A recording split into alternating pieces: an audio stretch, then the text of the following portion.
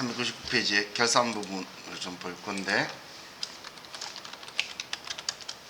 자, 결산에서 먼저 이연을 볼게요. 자, 이연에 관련된 과거에 이제 과거가 아니고 문제 내용을 봤는데 보험료나 임차료 등 이런 것들이 나오죠. 그러면 여러분들은 무조건 선급 비용이다. 선급 비용을 생각을 하시고, 그리고 이연인데 우리 임대료라든지 이자 수익이라든지 이런 형식이 나오면, 그러면 이연상에서 선수 수익을 생각하는 거예요. 그럼 얘는 과거에 어떻게 회계 처리했는지를 봐서, 왜냐면 계정 과목이 분개할 때 차변 대변 위치만 틀리지 보험료 선급비용 아니면 선급비용 보험료, 임대료 선소수익, 선소수익 아니면 임대료, 이 두 개가 차변 대변 위치만 바뀌는 거잖아요. 어떤 걸로 처리했냐에 따라서. 그렇기 때문에 과거에 돈을 주거나 받은 적이 있으면 결산 문제에선 선급비용 선소수익을 무조건 생각하는 거예요. 이거하고 똑같은 거예요. 소모품 문제 나오면 소모품비다라고 생각하는 것처럼 그렇게 생각을 하는 거예요. 그렇게 해서 위치 잡을 때 보험료 처리했으면 비용이니까 대변의 보험료, 임차료 처리했으면 비용이니까 대변의 임차료, 그리고 반대쪽 차변의 선급비용인 거고, 선급비용 처리했으면 선급비용을 대변에 쓰고 차변의 보험료, 임차로 쓰는 거예요. 그죠? 또 수익 처리했으면 전부 다 임대료 처리했으면 차변에 임대료 쓸 거고, 선수수익 처리했으면 차변에 선수수익 쓸 거라는 거예요. 그럼 위치들은 쉽게 잡히죠? 이것만 기억하면. 그럼 그 다음에 이렇게 생각하는 거예요. 보험료를 대변에 보낸다는 건 보험료 취소안에 내년 거 금액, 선수수익 선급 비용을 취소안에, 그럼 미리 준 비용을 취소한다는 건 미리 준 거 아닌 올해 거 쓴다라고 생각하시면 되겠죠. 그냥 우리가 생각을 그냥 금액을 잡을 때 그렇게 잡으시면 돼요. 그래서 전부 다 비용 처리했대. 그럼 비용 취소하려고 대변에 쓴 거잖아요. 그럼 취소하는 이유는 내년 거니까 결산 때 취소하고 있겠죠. 그런 식으로 기준을 잡으셔서 여러분들이 쓰시면 돼요. 물론 항상 긍정적인 생각으로 7월 1일일 것이다. 얼마나 좋아, 7월 1일이면. 그죠? 그럼 금액은 신경 안 쓰면 되고 위치만 잡으면 되겠죠. 그렇지만, 자, 그리고 가끔 장난친다고 2년치를 줄 때가 있어요. 6개월치 할 때도 있고 2년치 할 때도 있는데, 그러면 2년치면 금액 틀리죠? 24개월로 잡고 계산하셔야 돼요. 무조건 1년이다라는 고정관념 가지지 말고 가끔씩 2년도 주고, 6개월은 몇 개 우리 문제 봤었죠? 그래서 기간도 꼭 확인하셔야 돼요. 그리고 발생 예상은 이것저것 보지 말고 뭔가 정기예금의 이자, 차입금에 대한 이자, 혹은 대여금에 대한 이자, 이런 이야기 하죠. 그러면 그냥 바로 우리 대변의 이자 수익이나 이런 것들 쓰고, 그게 대다수 이자 가지고 나오죠. 차변에 이자 비용을 써서 얘네들은 단기 발생액을 쓰면 끝나는 거예요. 그럼 얘는 이자 수익 썼으면 반대의 차변에는 비수 수익인 거고, 차변에 이자 비용 썼으면 대변에는 미지급 비용인 거예요.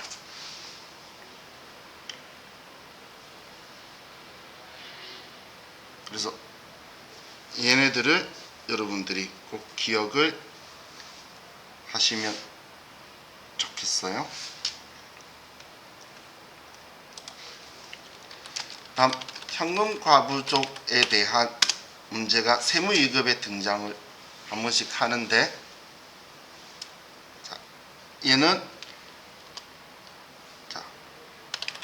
과거에 부족했다라는 걸 우리가 알 수 있게 부족한 사항을 말할 때도 있고, 과거에 실제 잔액이 장부보다 작았다라고 표현할 때도 있고, 희말 장부에 얘가 차변에 잔액이 있다라고 표현하거나 아니면 기말 장부에 플러스의 금액이 있다는 게 부족하다는 말에 같은 의미들이에요.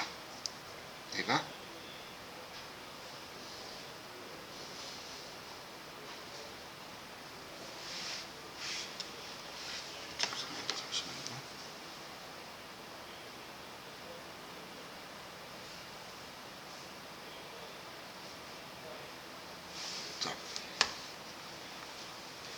그럼 반대로 반대가 이런 경우에는 반대가 아니고 정리할 때 대변에 현금 과부족을 써주면 돼요. 현금 과부족을. 그럼 당연히 차변에는 잡이일까요? 잡손실일까요? 잡손실이겠죠. 차변은 비용이잖아요. 그죠? 그럼 과거에 과잉이었는데 못 찾았거나 기말 장부에 대변에 잔액이 있다라고 표현하거나 기말 장부에 음수록 현금 과부족이 있다라고 하면 그러면 이때는 차변에 현금 과부족을 써주면 돼요. 합계잔액 산표에 플러스 마이너스로 차변 계정이라서 적혀 있거나 아니면 차변에 잔액이 있다, 대변에 잔액이 있다. 그럼 장부에 대변에 잔액이 있다 그러면 과거에 차변에 현금, 대변에 현금 과부족 썼구나. 차변에 현금 장부를 높인 거는 과잉이었구나라고 생각을 하시면 되겠죠. 자액 잔액. 그럼 우리는 부족하면 잡손실이고 결산 때 문제 나왔으면 남은 돈이 많으면 잡이익이라는 건 우리가 알 수 있죠. 그죠? 자, 그럼 현가부족은 이렇게 정리를 하면 되고, 자, 다음 우리 외화. 이제 많이 이야기해서 이제는 실수 안 하실 것 같아요. 계산할 때는 외화, 계산에서는 외화 환산 이익, 외화 환산 손실. 얘네들은 영업 외 수익 비용이고, 그리고 우리가 기준 일반 전표나 매출 전표 입력에서는 이때는 외환 차익, 외환 차손을 쓸 건데 얘도 영업 외 수익 비용이에요. 그래서 제가 그냥 지나가는 말로 결산 때 6자 쓴다라고 표현했죠. 결산 때 6자 쓴다라고 했죠. 그렇게 생각해서 얘들끼리 헷갈리면 안 돼요. 얘들끼리 이제 오르고 내렸을 때의 이익이다 손해다는 이제 우리 마음속에 있는 거죠. 부채인데 환율이 오르면 손해인 거고, 부채인데 환율이 내리면 이익인 거고, 자산인데 환율이 오르면 이익이고 내리면 손해라는 것 이제 우리가 판단할 수도 있고, 그리고 제가 저렴한 표현을 이렇게도 하죠. 내가 쓰려고 하는 자리가 외환산 이익을 쓰려는 자리가 대변이면 외환산 이익이고 차변이면 외환산 손실이에요. 제가 분계를 쉽게 하기 위해서 그래서 차변은 비용, 대변은 수익 기억하자고 했던 이유가 저는 이것 때문이에요. 그러면 분계할 때가 조금 한개 편하죠. 자, 다음 마지막으로 우리 수능 계산에서 좀 기억해 줄게. 유동성 대체. 이번 주 아니면 다음 주에 4개 시험 중에 하나에서는 만날 확률이 매우 높다라고 했죠. 그럼 우리 장기 차익금을 차기 상환을 하면 우린 차변의 장기 차익금 얼마 대변의 유동성 장기 부채 거래처 얼마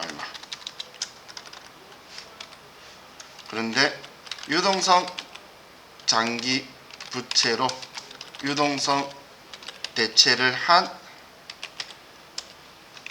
상환 연장을 하게 되면 차변에 유동성 장기부채 대변에 장기 차입금 이렇게 거꾸로 분계가 들어오게 되죠. 그죠?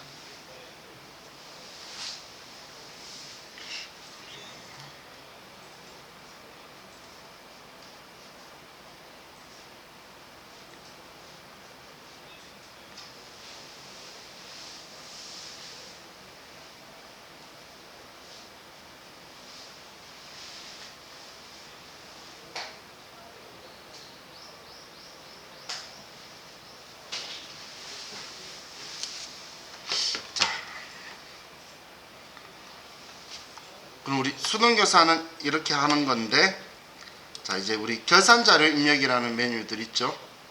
이 결산자료 입력 메뉴는 무조건 결산자료 입력 메뉴를 입력한 후에는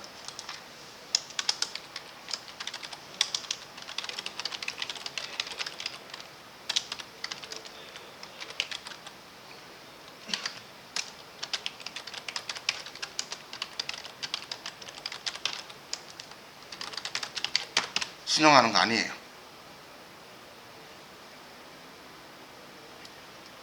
계산자료 입력 메뉴를 입력하고 나서는 얘를 수정하면 안 돼요.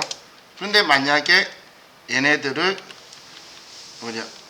전표 수정을 하게 되면, 그러면 계산자료 입력 다시 문제 풀이를 하셔야 돼요. 그래서 수동 계산을 항상 먼저 하라고 이야기한 거예요. 왜냐하면 일반 전표든 매입 매출 전표든 전표에 입력된 정보가 전부 다 계산자료 입력을 열었을 때 불러와지는데, 그걸 수정해버리면 제대로 된 전표가 아니라 가상의 전표 금액이기 때문에, 일단 예를 들면 외상 매출금 수정해버리면 대손충당금 설정하는 문제 있었다면 그 문제는 틀리는 거예요. 그렇기 때문에 무조건 수동계산만 먼저 하라고 제가 표현했었지만 그게 아니고, 일반 전표, 매입 매출 전표도 전부 다 끝내고 하는 거예요. 전부 다. 그래서 내가 만약에 이제 문제부터 제가 모르는 다음 문제 넘어가라 그랬죠.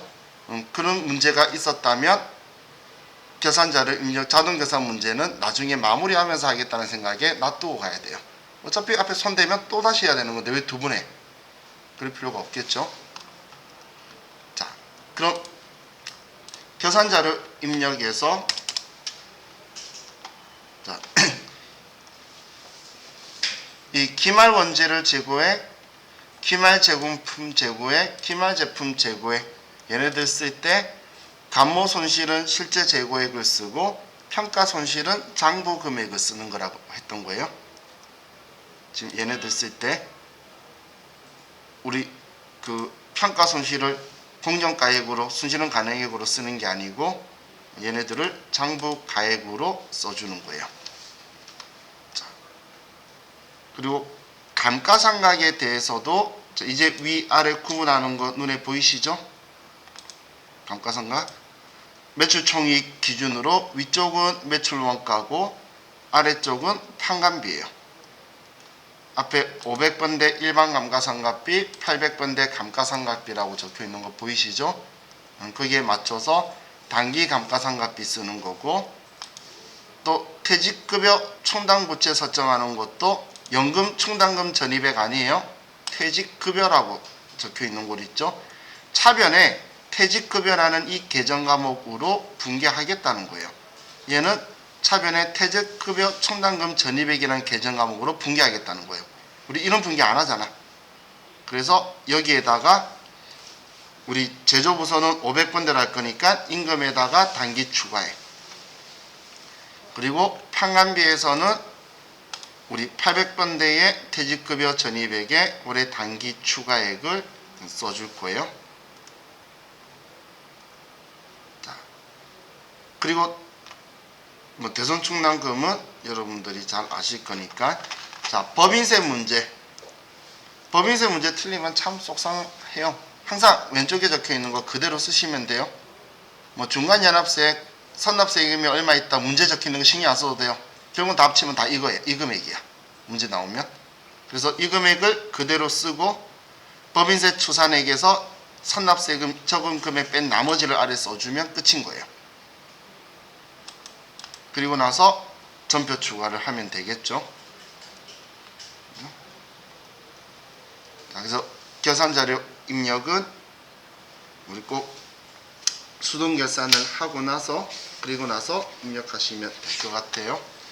자, 그리고 그 이익잉여금 처분계약서 문제가 제가 제조원가 명세서 열고 손익계약서 열고 이익잉여금 처분계약서 열었는데 그거 생각 안 나시면 그냥 이익잉여금 처분계약서 열어도 돼요. 이익잉여금 처분계약서 작성하는 거 있죠. 이거는 생각 순서대로 여는 거 생각 안 나면 그냥 열어서 입력하셔도 시험 문제에서 전표 추가 했냐 안 했냐는 따지지만 손익 그 집합손익 가지고 문제 채점을 안 하기 때문에 집합손익 차익이 난다고 해서 오답 처리가 안 되니까 얘네들 분계가 차기로 들어갔는지 확인하니까 입력하시면 되고, 얘도 여기 아래에 임의적립금들이 있는데 임의적립금이 예를 들어서 여기 없으면 여기 아래쪽 제일 아래 칸에 클릭하면 위에 칸 추가가 생기죠. 그럼 칸 추가 눌러서 여기에 F2번 눌러서 계정 과목을 쓰시면 돼요. 칸 추가 아래쪽 빈 칸에 두면 칸 추가가 생겨요. 자, 그리고 이 200하고 헷갈리시면 안 돼요. 가끔씩 장난친다고 여기 사업 확장 적립금 적혀 있죠.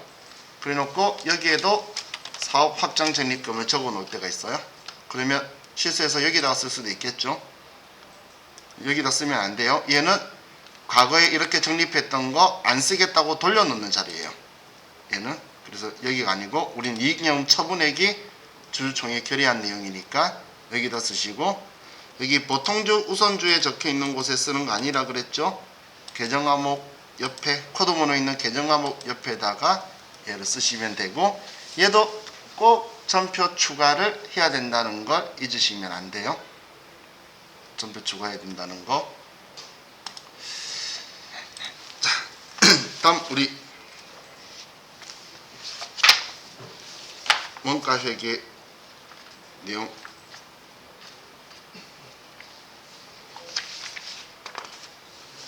좀 보면,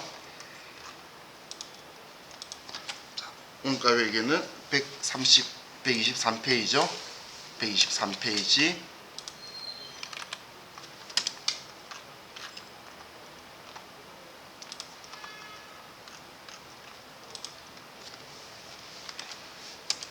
자, 이제 이거 모르시는 분 없겠죠?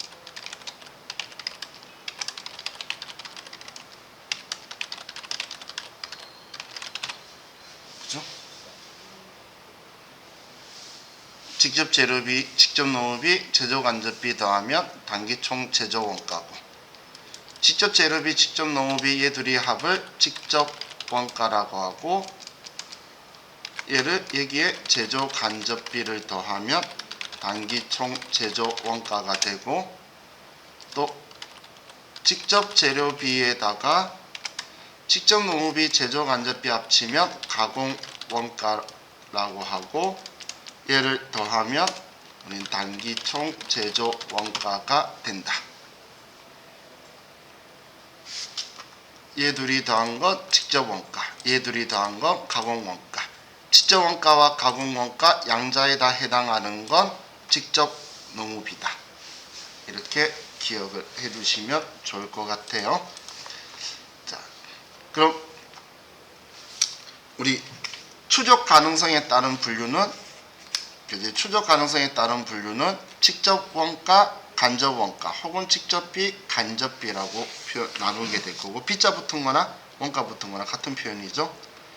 또 원가 행태에 따른 분류에서는 자, 그래프 가지고 보면, 자, 변동비는 우리 변동비의 총원가 그래프는 비례 그래프, 변동비의 총원가, 변동비의 단위당 원가 그래프는 일정한 이런 그래프, 단위당 원가 변동비의, 고정비의 총원가 그래프는 일정한 그래프, 고정비의 단위당 원가 그래프는 반비례 그래프가 나오는 거죠.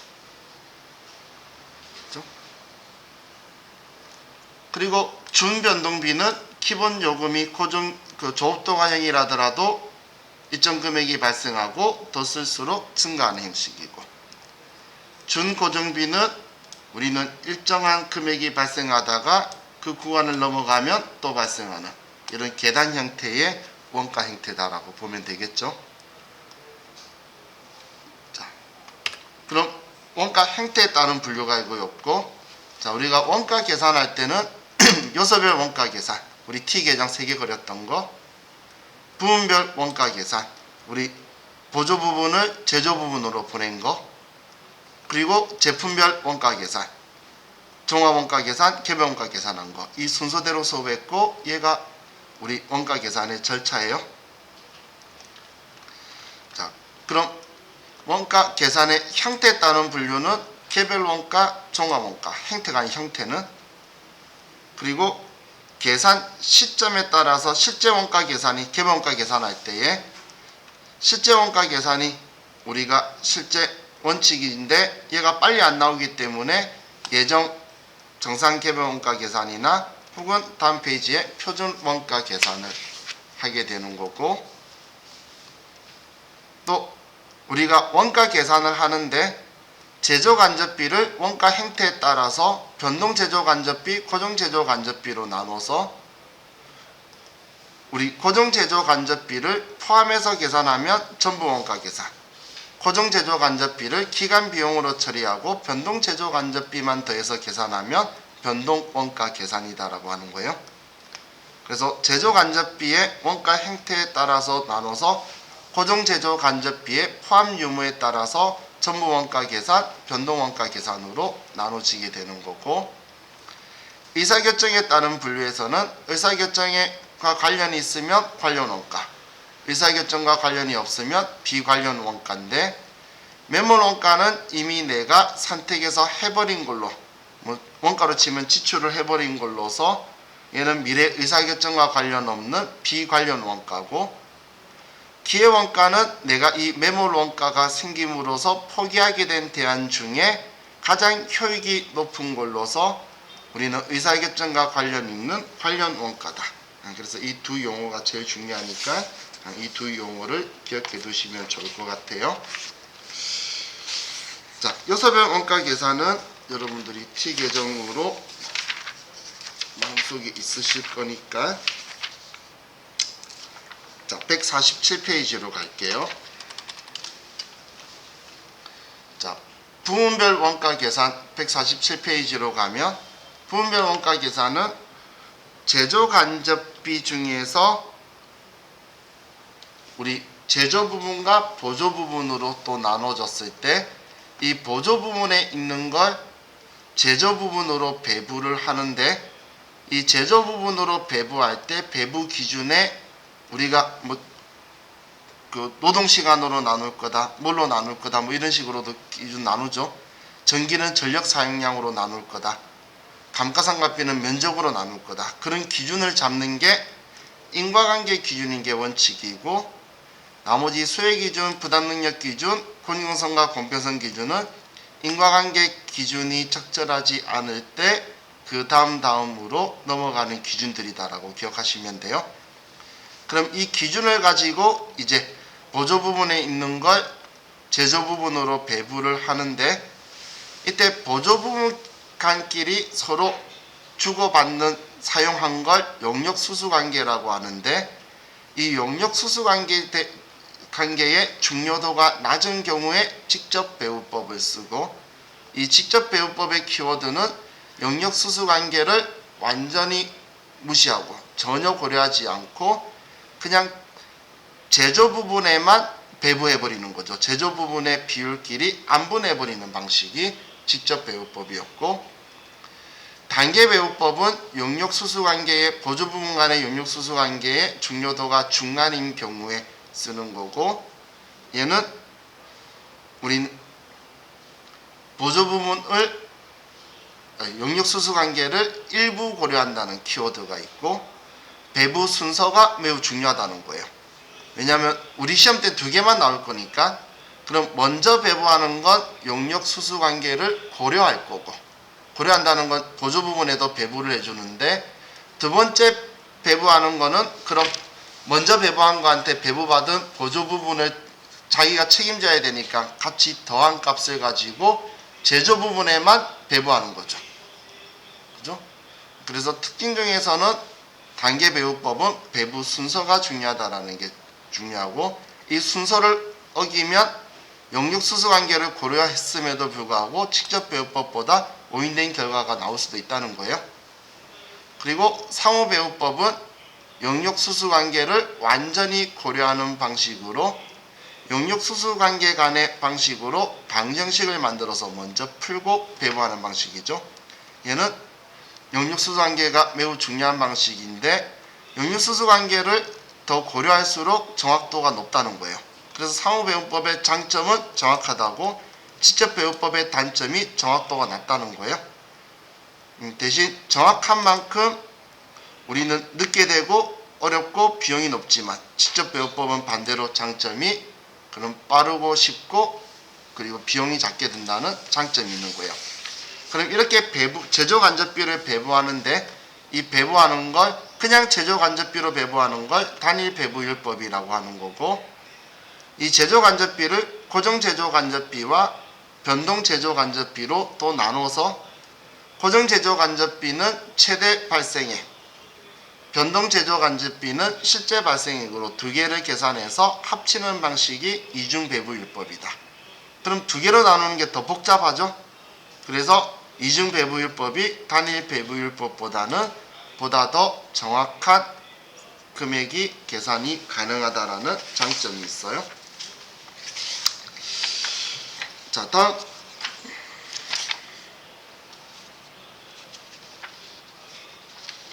165페이지로 가서,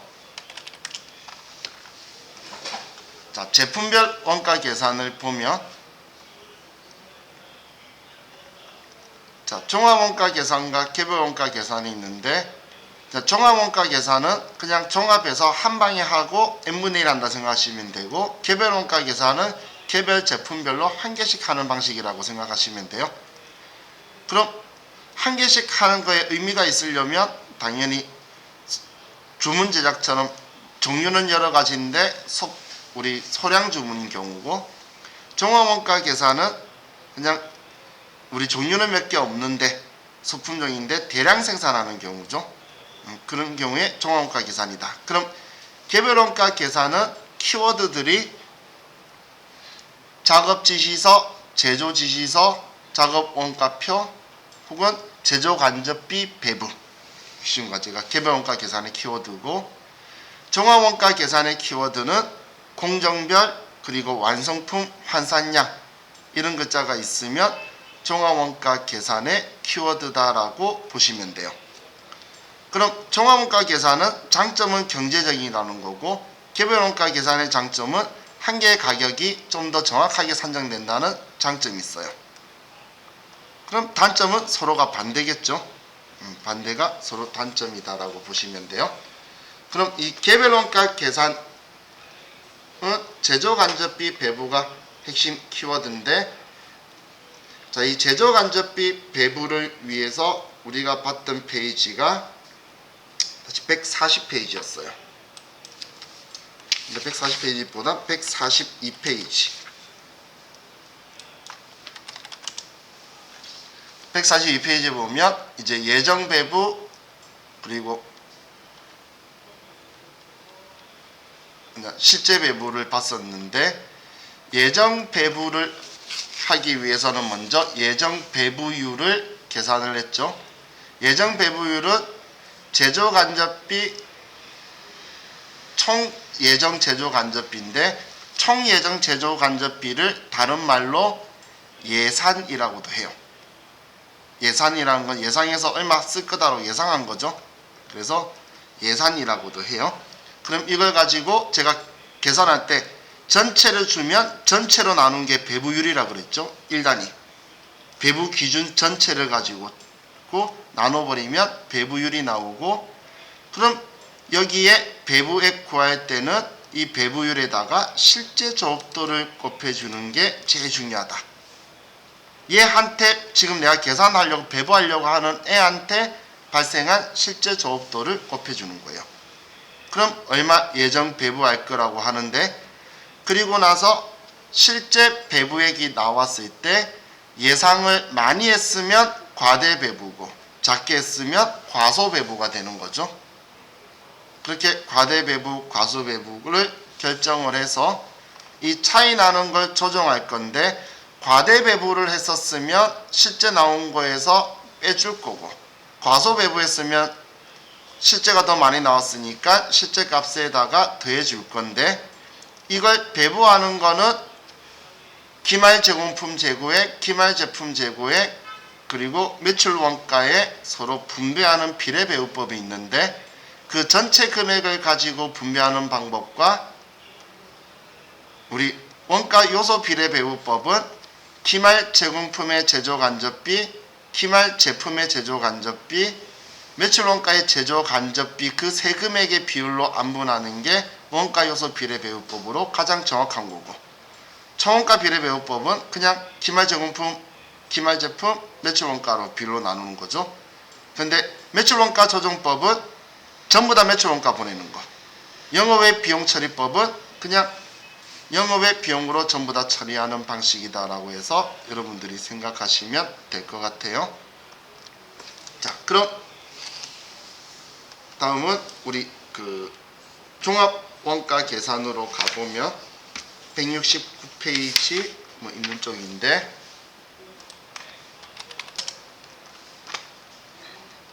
자, 우리 종합원가 계산 공식 기억하자라고 했죠.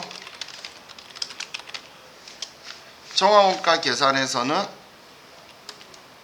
평균법은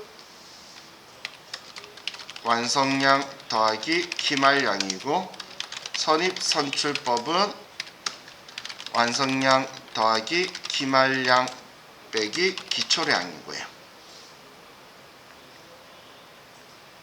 그죠? 그럼 기초가 없는 경우에는 평균법과 선입선출법 구분에 의미가 없다라고 했죠. 기초가 없는 경우에는 얘들의 구분에 의미가 없는 거예요. 그럼 여기에 계산할 때 기말량과 기초량을 가지고 공정 전반에 걸쳐 균등 투입이라고 하면, 이 경우에는 완성도를 산출할 거고, 우리 수량 옆에 적혀있는 완성도를 곱해준다는 표현인 거 이제 알겠죠? 그런데 우리 공정 단계에 전량 투입한다면 투입 시점 이후는 그냥 100%니까 완성도 무시하는 거고, 투입 시점 이전은 0%인데 그러니까 얘도 완성도를 무시하는 거죠.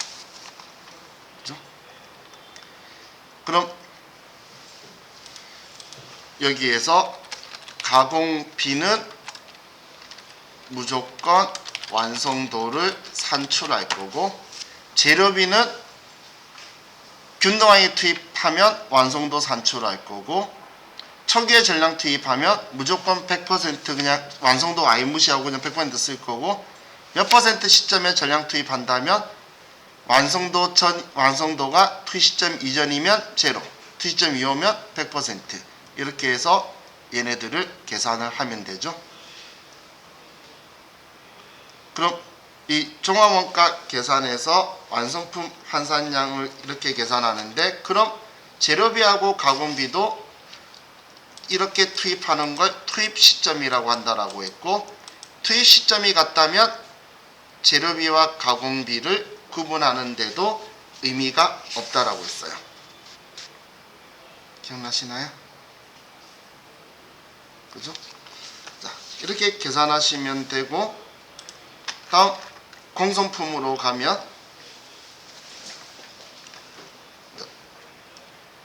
자, 공성품 하기 전에 혹시 또 완성량 못 찾을까봐 한 번만 더 기억하세요. 가끔씩 완성품 안 줄 때가 있죠. 그럼 기초, 착수, 투입, 기말, 여기가 완성품이니까 기초량, 착수량, 기말량만 주면 이렇게 잡아서 완성품 수를 계산해야 얘 더하겠죠. 완성량을 안 주는 경우 문제도 몇 개 있었죠. 그러면 옆에 완성도 괄호에 있는 건 다 무시하고 그냥 있는 숫자를 쓰는 거예요. 뭐 재료비다 뭐 다 따지는 게 아니고 전부 다 써서 여기 완성품을 구해서 계산하시면 돼요. 그럼 우리 공선이라는 건 우리가 이런 형식으로 똑같이 계산하는데 기말에 남아있는 것 뺀 나머지가 완성돼야 되는데 완성품에 부족해서 불량품이 난 게 공선이라고 그랬죠. 공선은 작업폐물이 아니라 불량품을 이야기하는 거예요. 그럼 이 불량품이 나는 게 효율적인 작업 환경에서도 발생하는 어쩔 수 없는 회피 불가능한 걸 정상공선이라고 하는 거고, 효율적인 작업 환경에서는 발생하지 않는데 발생한 걸 비정상공선이라고 하는 거라고 그랬죠. 그럼 정상공선은 완성품의 몇 % 정도까지 인정한다라는 그런 기준이 있는데, 한도가 있는데, 비정상공선은 그럼 한도가 있는 게 아니고 전체 공선 수량 중에 정상공선을 뺀 나머지가 비정상공선이다라고 계산하면 되는 거죠. 그럼 정상공선은 매출원가에 포함하고 비정상공선은 영업 외 비용으로 처리하는 건데, 정상공선은 매출원가에 포함하니까 완성품이나 기말 제공품에 넣을 건데, 이 기말 제공품이 불량품 검사를 받은 거라면 정상공선품이 배부를 받겠지만 불량품 검사를 한 적이 없는 거면 여기는 불량 난 적이 없기 때문에 전부 다 완성품에만 정상공선을 배부해 줄 거라는 거예요. 그죠? 이게 저와 같이 했던 원가 회계를 아주 빠르게 이야기한 거죠.